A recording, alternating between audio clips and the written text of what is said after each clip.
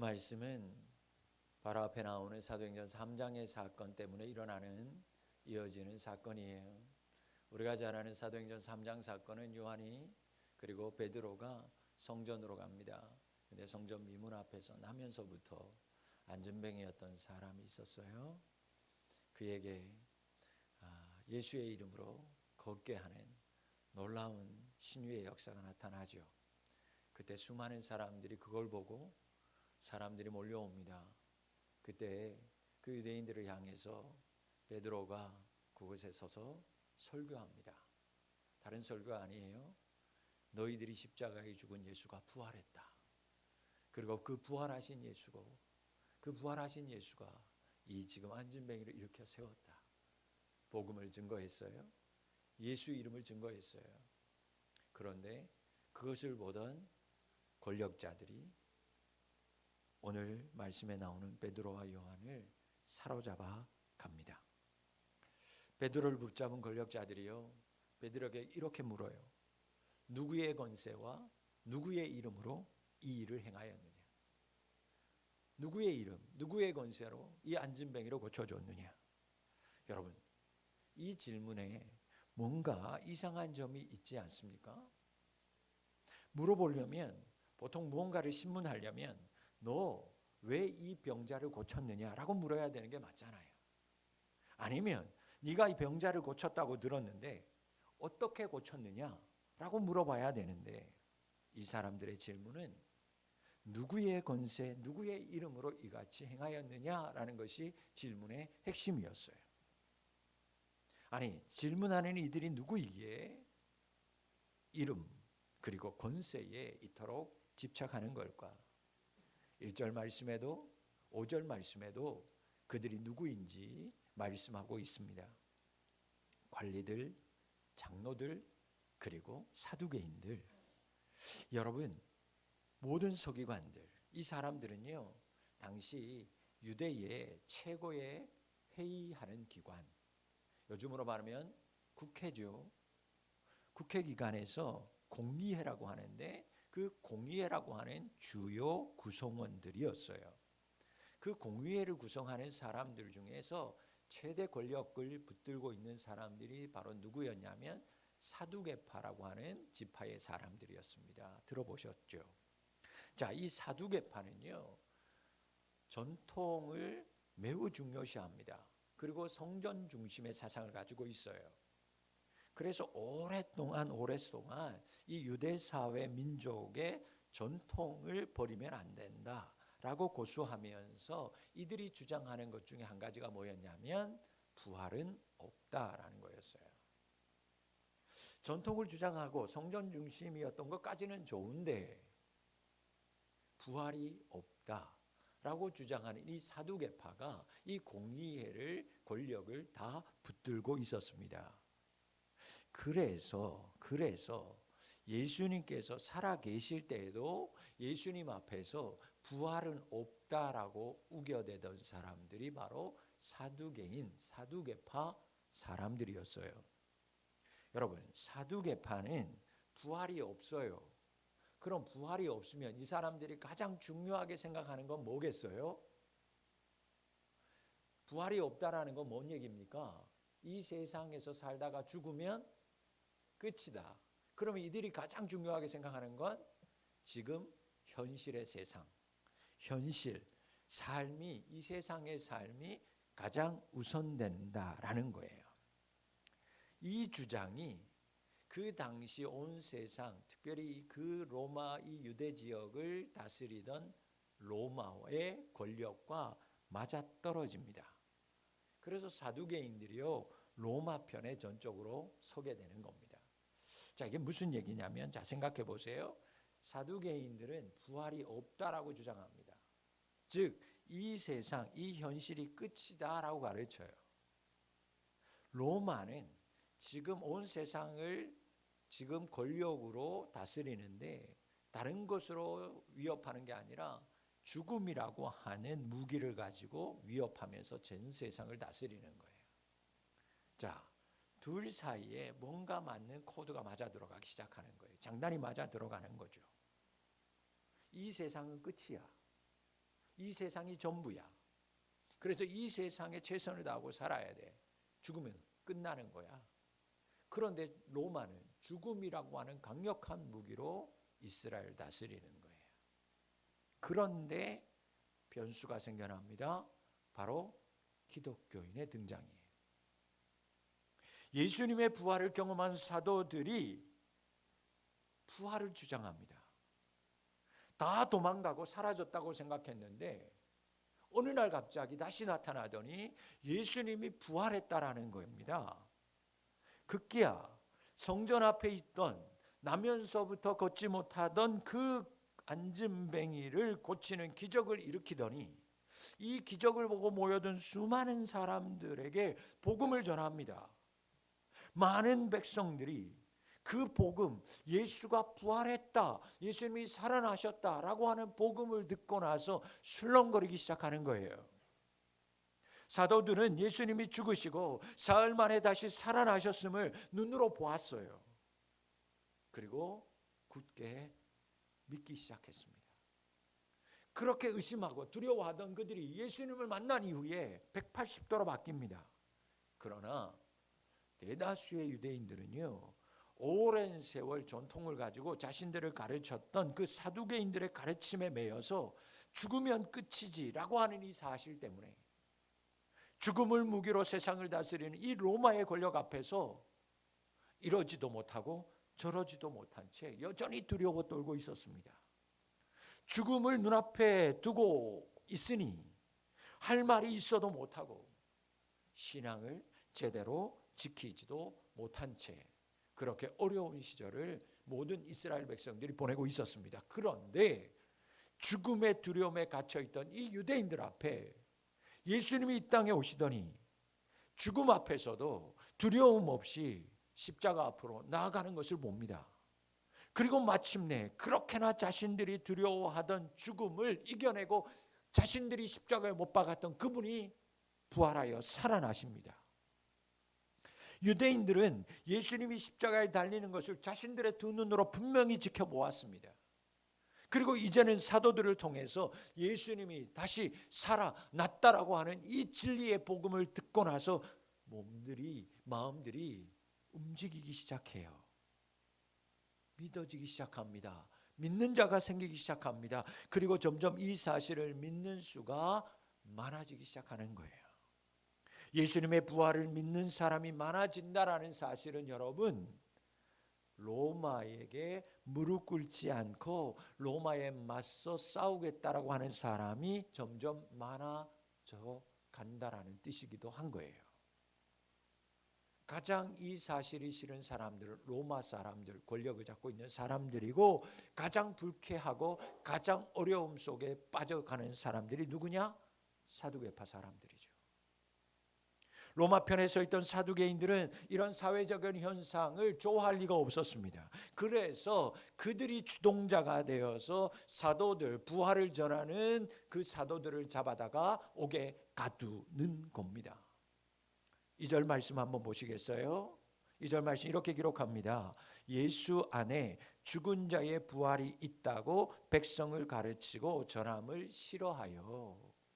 죽은 자의 부활이 있다고 사도들이 가르치는데 사두개인들이요, 이거 도저히 용납할 수 없었어요. 싫어했어요. 그렇게 사도들을 잡아두고 다짜고짜 그렇게 신문하는 겁니다. 넌 누구 이름으로 누구 권세로 이런 일을 했느냐, 왜 어떻게 고쳤냐는 처음부터 이들에게는 안중에 없었어요. 나면서부터 안진뱅이 그렇게 불쌍한 장애를 가진 사람, 그 사람의 형편 따위 관심 없었습니다. 그런 사람, 그리고 그런 사람에게 일어났던 사건, 애초부터 이 사람들에게는 중요하지 않았어요. 이들에게 오직 중요한 것은 너희들이 로마 황제의 권한을 가지고 이 일을 했냐는 겁니다. 그들이 중요한 건 로마 황제의 권세, 그것만이 중요했어요. 날아가는 새도 떨어뜨리는 황제, 신이라고 불릴 수 있는 사람은 오직 한 사람, 황제, 로마 황제뿐이었기 때문입니다. 사두개인들은 철저한 현실, 그 현실이 전부라고 믿고 있었던 사람들이었어요. 그래서 저들은 더 이상 사도들이 전하는 부활, 사도들이 전하는 예수의 이름 어떻게 해서라도 막아야 했어요. 자신들의 자리를 지켜야 했으니까요.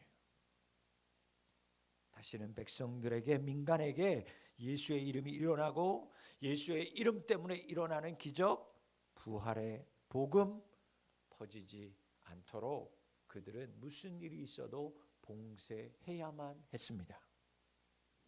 로마 황제의 이름과 권력에 반하는 것 차단해야 자기들이 지금 현실에서 살 수 있다는 것을 누구보다도 잘 알 수 있었기에 자신들이 가지고 있었던 힘과 권력을 이용해서 사도들을 억압하기 시작했고 위협하기 시작한 거예요.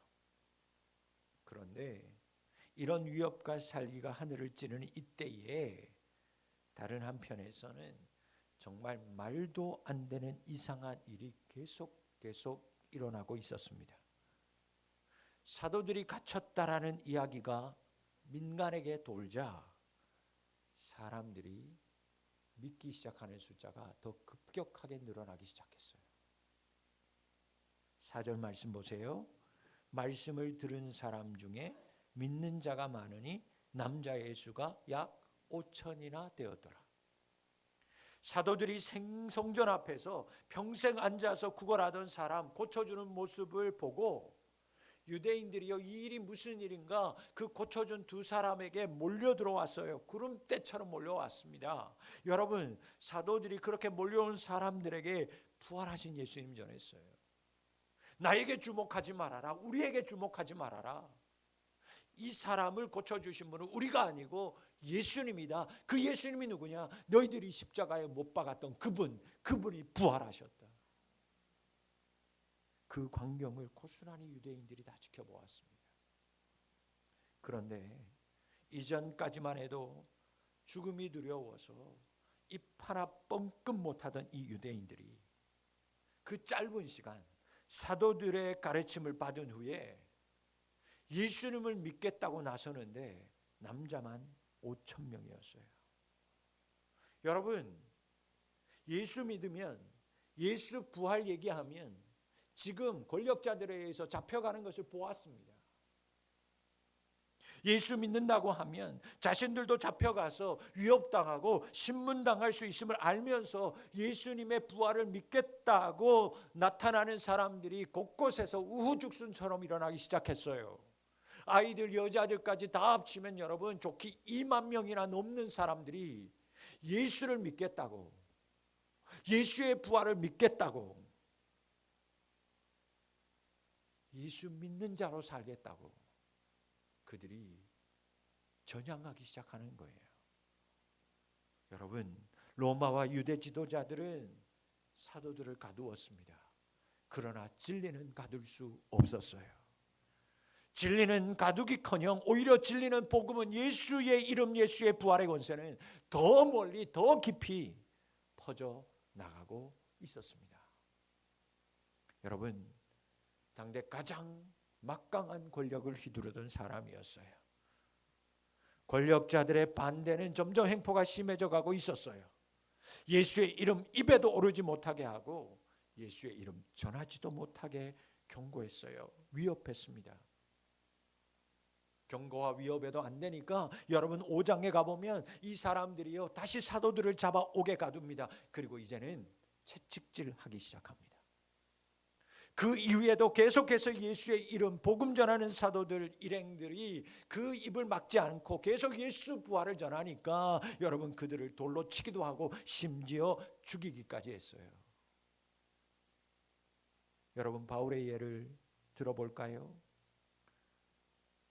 바울이 예수 그리스도 부활하신 예수님을 증거할 때 그 바울의 입을 막기 위해서 이 유대인들 중에서, 권력자들 중에서 바울이 죽기 전에는 내가 물 한 모금 밥 한 숟갈 내가 입에 넘기지 않겠다라고 단식 투쟁하면서 저 사람이 죽을 때 내가 숟가락 들겠다라고 결단된, 동원된, 여러분 요즘으로 말하면 혈맹을 맺은 사람들이 40명이 넘었어요. 저 사람이 예수 이름 외치는 건 난 도저히 못 본다. 저 사람 죽기 전에는 나 숟가락 안 든다. 피로 결명한 사람들이 40명이 넘었습니다. 여러분, 예수님의 부활을 말 못하게 하려고요, 수단 방법을 가리지 않고 권력을 가진 사람들이 예수 이름 막으려고 혈안이 되어 있었어요. 여러분, 기억하셔야만 합니다. 이것이 우리의 현실이기 때문이에요. 복음 전파에는 늘 고난과 강력한 반대가 따르기 마련입니다. 예수님 믿는다는 것, 여러분 부활의 주님 따라간다라는 것, 그저 휘파람 부르면서 갈 수 있는 그런 꽃길만이 아니에요. 그래서 사도 바울은 사도행전 14장에서 우리가 하나님 나라에 들어가려면 많은 환난을 받아야 한다라고 말씀하고 있습니다. 그러나 사랑하는 성도 여러분, 환난이 환난으로 끝나지 않다는 것을 기억하시기를 바랍니다.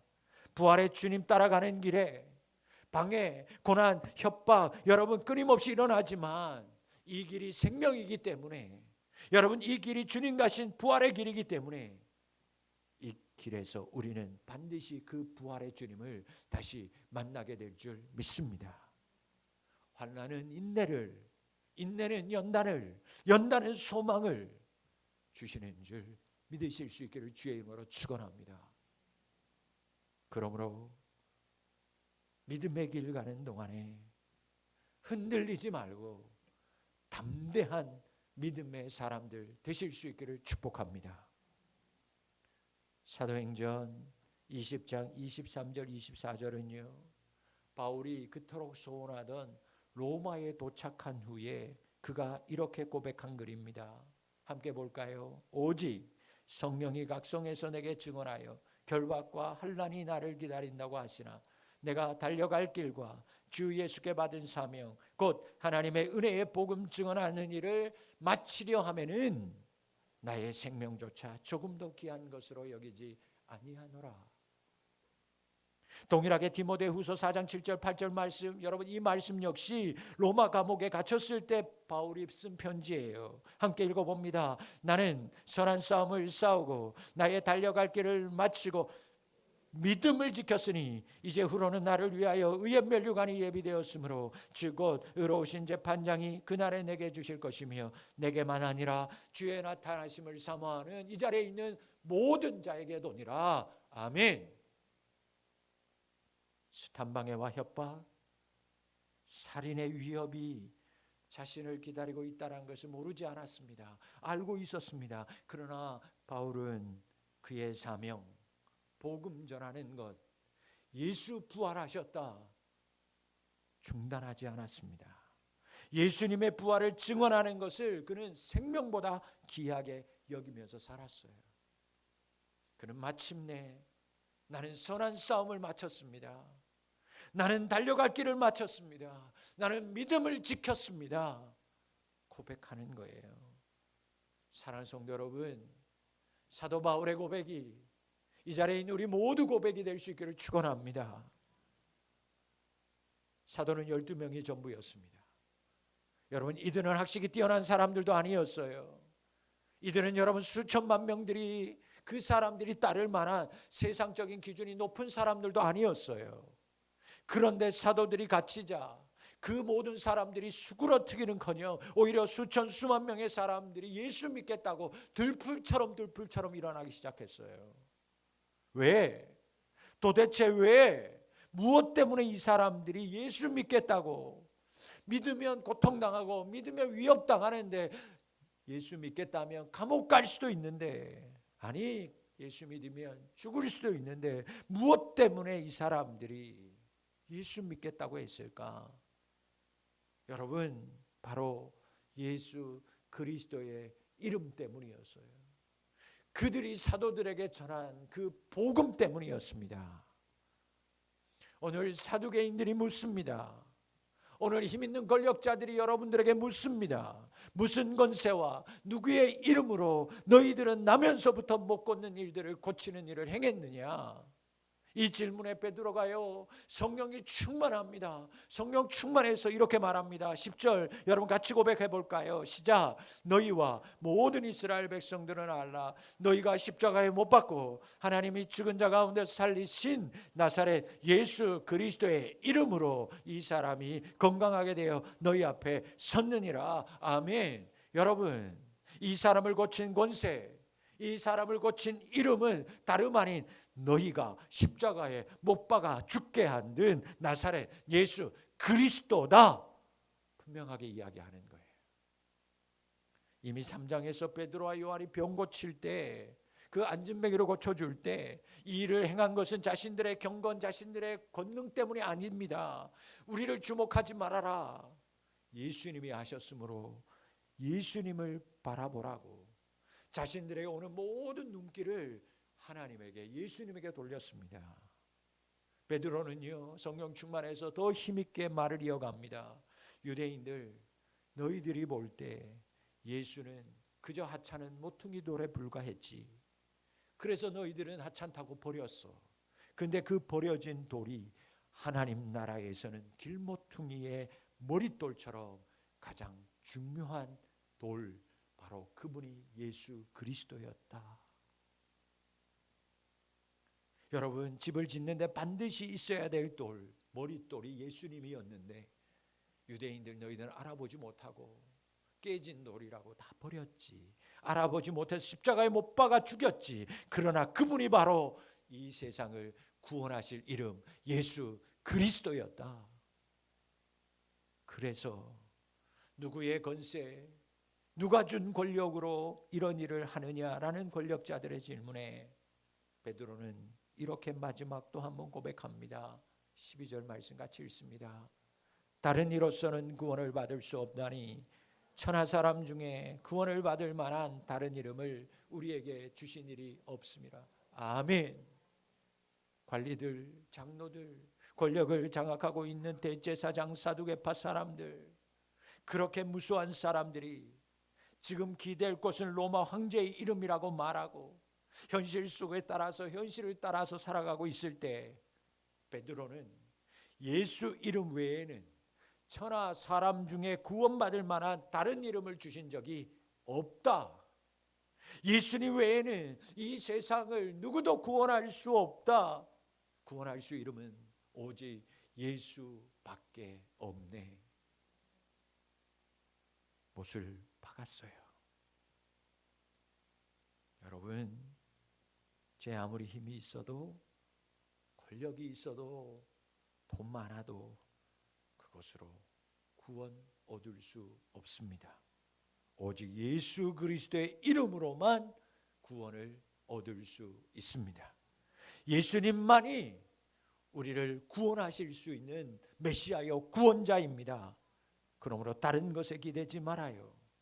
기댈 수도 없어요. 오직 예수님만이 구원자이십니다. 베드로는 나면서부터 걷지 못하던 자에게 다른 것 줄 수 없었습니다. 아니, 다른 것 줄 것도 없었습니다. 은도 금도 아니라 오직 자신에게 있는 것, 이것 하나, 나사렛 예수 이름을 그에게 주었어요. 은과 금은 내게 없거니와 내게 있는 이것을 내게 주노니 나사렛 예수의 이름으로 일어나 걸으라. 그때 그가 일어나 걸었어요. 뛰어 성전으로 들어가면서 하나님을 찬양했습니다. 그 한 사람 때문에 수많은 사람들이 예수님을 믿겠다고 일어나기 시작했어요.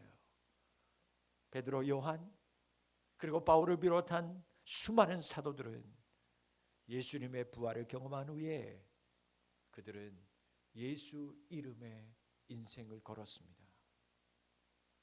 예수 이름 앞에서 두려워서 쫓겨나고 예수 이름이 부끄러워서 도망하던 그들이 예수 그리스도를, 부활하신 예수님을 만난 이후에 그들은 예수 이름에 그들의 생명과 인생을 다 걸고 살았어요.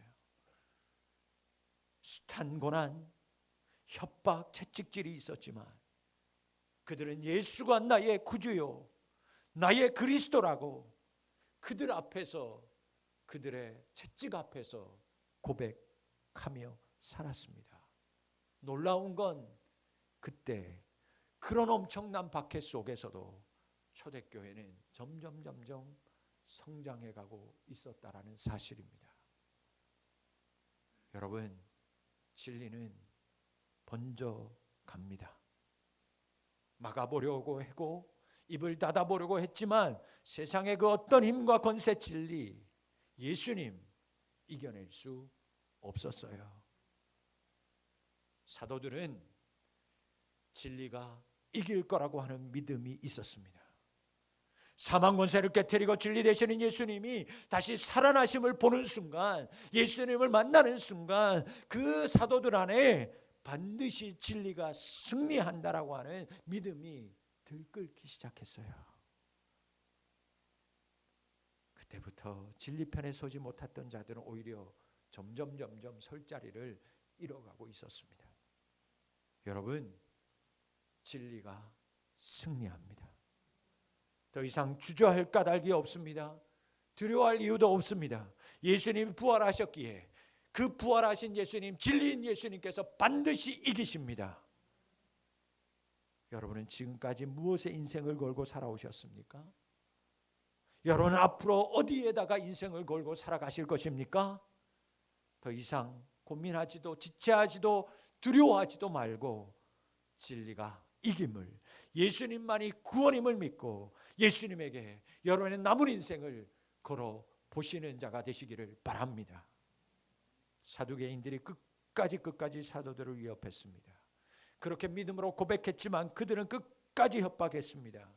예수 이름 절대 입에 오르지 말라고 했습니다. 베드로, 요한이 이들의 협박에서 또 한마디를 합니다. 4장 19절 말씀 같이 읽어봅니다. 시작. 베드로와 요한이 대답하여 이르되 하나님 앞에서 너의 말을 듣는 것이 하나님의 말씀을 듣는 것보다 옳은가 판단하라. 우리는 보고 들은 것을 말하지 아니할 수 없다. 아멘.